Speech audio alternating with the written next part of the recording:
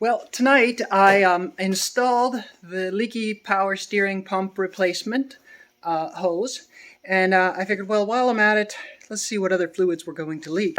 While I was at it, I thought I'd crack the rear end, the differential open, and see what we're working with down there. And it's clearly labeled, which is nice. No one's ever opened it up. Let's see if it has fluid in it at least. Everything but the last, and I think you'll be able to see 276, which is a pretty standard ratio for an automatic transmission slant 6 powered vehicle of this vintage. What do you think will be in here? I mean, that doesn't look like it's ever been opened. There's no indication that anyone has ever opened this up.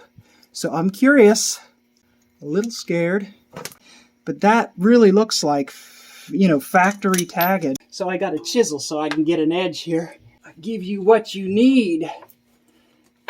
Oh. There's something in there for sure. Oh, it stinks. Ooh, it smells like differential.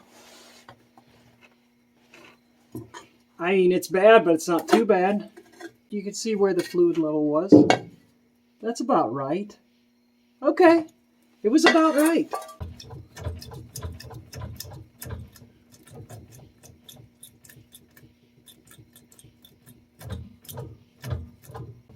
There is a really nice wear pattern the whole way across the back of that. I think that's good, actually.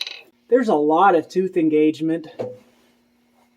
Fresh oil, seal that back on there, and that's ready for another 100,000 miles of heavy-duty service, I suppose. There's a little bit of metal, but, I mean, I don't know. Not full of water or rot. These little spider gears are the weakness of this rear end. And if we weren't going to street drive it, we would weld them up and it'd be pretty strong. But I don't think we're going to do any of that. I think we're just going to drive it. Try not to be hot rodding it too hard until we get... I've got an 8 1/4 in the Dakota out back, so that would probably be a good donor for this.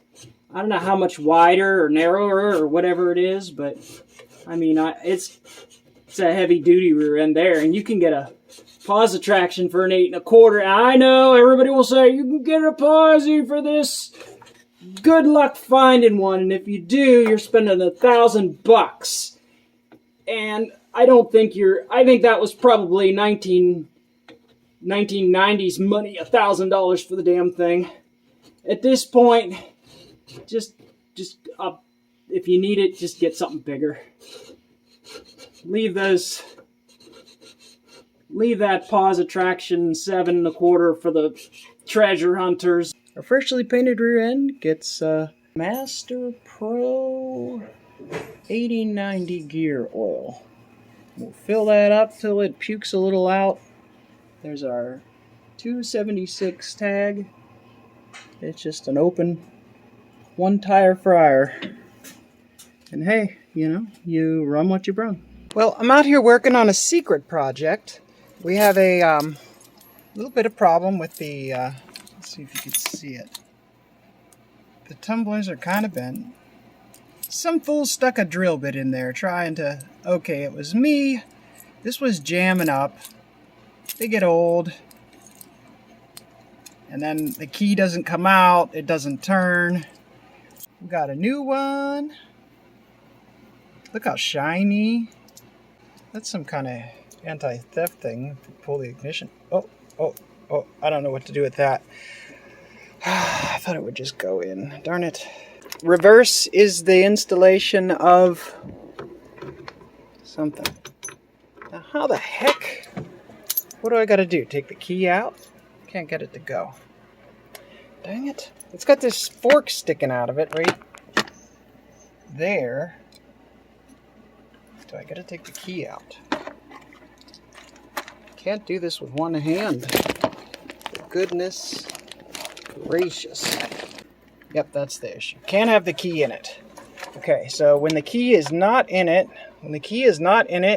push this little tab, and I don't think it's lining up with where the switch goes.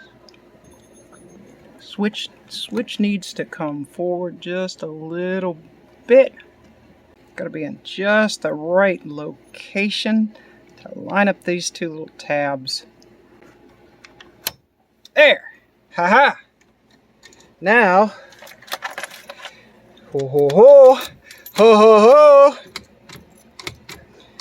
That is, we have ignition. Alright, so now we put it back together. Tools you need is the right bolts. Got 2 pullers to get this puller on here, but that really was not that difficult. A couple of screws. Get the blinky wand off of there. You know, not too much. And obviously you need these squeezer spreader things for the clip that goes onto here. And if you can find all that stuff, you're kind of good. I think you're kind of good. This brake line probably ought to be replaced. Yeah. It's pretty fossilized. It won't be so bad. We'll bleed out all these brakes. We'll probably have to replace all the rubber in the brake system. 50 years.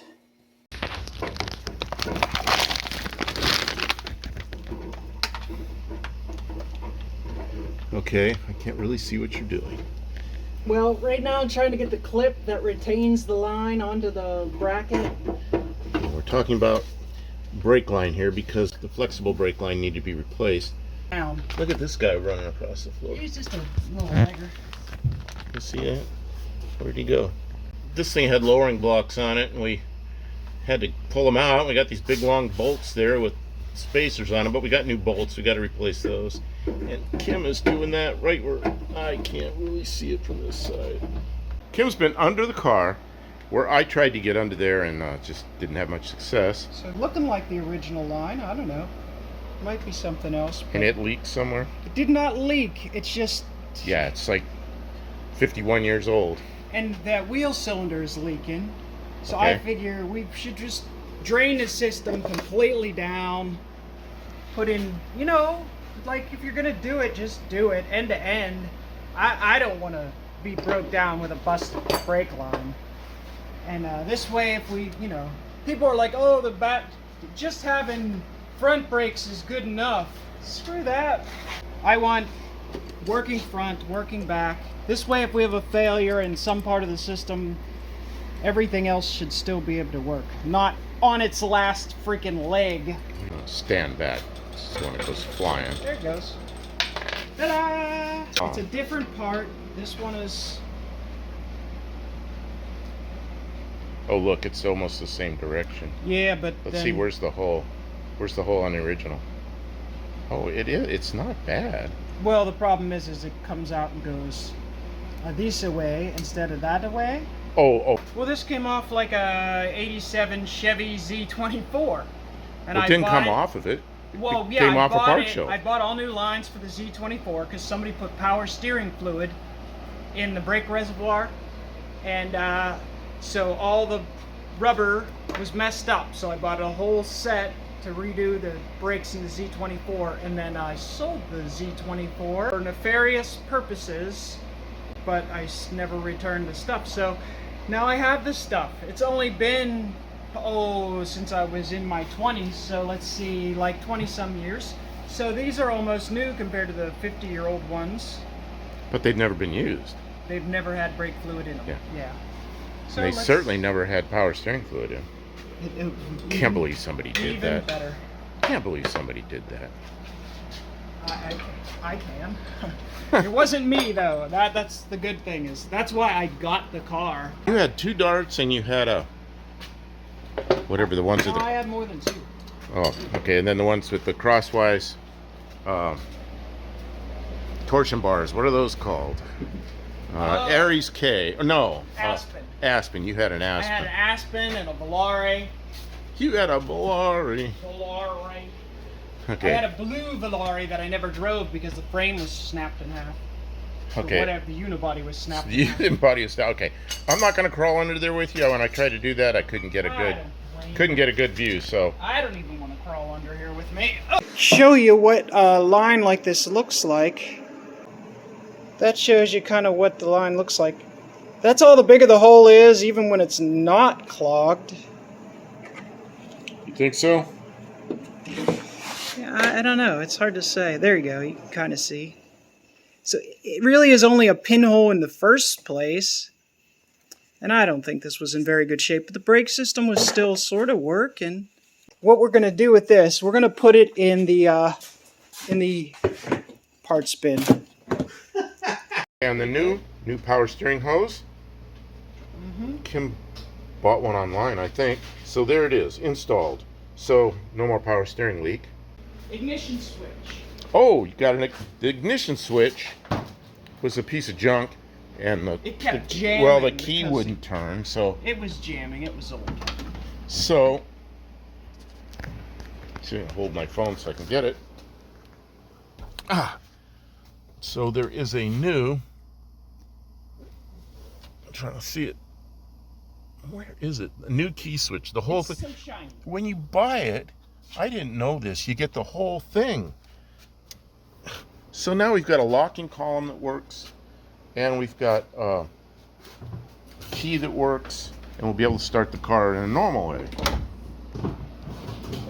This is a terrible video because I'm just wandering all over with a camera.